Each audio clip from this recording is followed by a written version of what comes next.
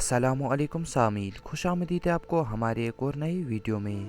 آپ کو تو پتہ ہی ہے، آج ہم بہت بڑے عظیم شخص کے بارے میں گفتگو کرنے جا رہے ہیں جن کا نام شیخ ادابالی ہے۔ چلیے شروع کرتے ہیں۔ شیخ ادابالی ترکی کے ایک شہر نیک میں 1206 عیسوی میں پیدا ہوئے تھے اور یہ ایک ترک صوفی شیخ تھے جو اپنے انصاف اور تعلیم کے لیے مشہور تھے اور انہیں بالی شیخ کے نام سے بھی جانا جاتا تھا۔ شیخ ادابالی نے ترکی کے شہر سوگوت میں عثمانی سلطنت کی بدلتی ہوئی شکل اور پالیسیز تیار کرنے میں اہم کردار ادا کیا ہے۔ بانو تمیم قبیلے اور الخضر خاندان کی اولاد ہونے کی وجہ سے اس دور کے مسلمان دنیا مذہبی حلقوں میں ان کو بہت احترام دی جاتی تھی۔ بتایا جاتا ہے کہ ارطغرل غازی اور اس کے بیٹے نے شیخ ادابالی کی جگہ پر قرآن مجید کا مرتدب ورژن دیکھا اور وہ بہت حیران رہ گئے۔ کائی قبیلے کے سردار ارطغرل غازی شیخ ادابالی کے بہت قریبی سمجھے جاتے تھے۔ شیخ ادابالی اکثر اسلام کی تعلیمات ارطغرل تک پہنچاتے تھے۔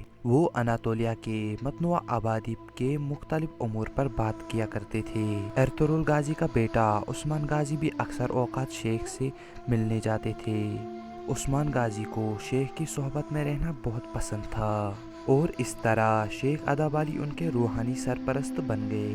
شیخ ادابالی کے دو بیٹے تھے جن کے نام محمود پاشا اور محمد پاشا تھا اور دو بیٹیاں بھی تھیں جن کے نام رابعہ بالا اور مالہون خاتون تھا۔ شیخ ادابالی درگاہ مقدس کے دورے کے دوران عثمان غازی نے شیخ ادابالی کی بیٹی رابعہ بالا خاتون کو دیکھا اور ان سے محبت ہو گئی۔ عثمان غازی نے بھی شیخ ادابالی سے رابعہ بالا خاتون سے اپنی محبت کا اعتراف کیا، لیکن سماجی حیثیت کے فاصلے کی وجہ سے وہ عثمان غازی سے اپنی بیٹی کی شادی کرنے پر راضی نہیں تھے۔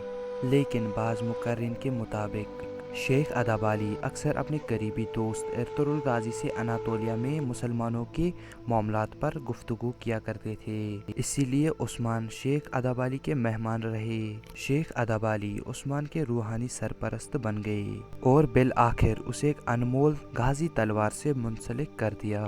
یہ بھی ذکر آیا ہے کہ جب ایک دفعہ عثمان غازی شیخ ادابالی کی درگاہ پر موجود تھے تو اس نے ہلال چاند کا خواب دیکھا کہ وہ ادابالی کے سینے سے نکل کر انہی کے سینے میں داخل ہو گئی۔ یہ خواب سلطنت عثمانیہ کے قائم کے باعث کا تھا۔ بعض مشرقین یہ بھی لکھتے تھے کہ رابعہ بالا کی شادی عثمان اول سے 1290 عیسوی میں ہوئی تھی اور یہ بھی لکھتے ہیں کہ شیخ ادابالی کا انتقال 1326 میں ہوا تھا۔ ایسے ہی انٹرسٹنگ اور انفارمیٹیو ویڈیوز دیکھنے کے لیے ہمارے چینل IYI فیملی کو سبسکرائب کیجیے۔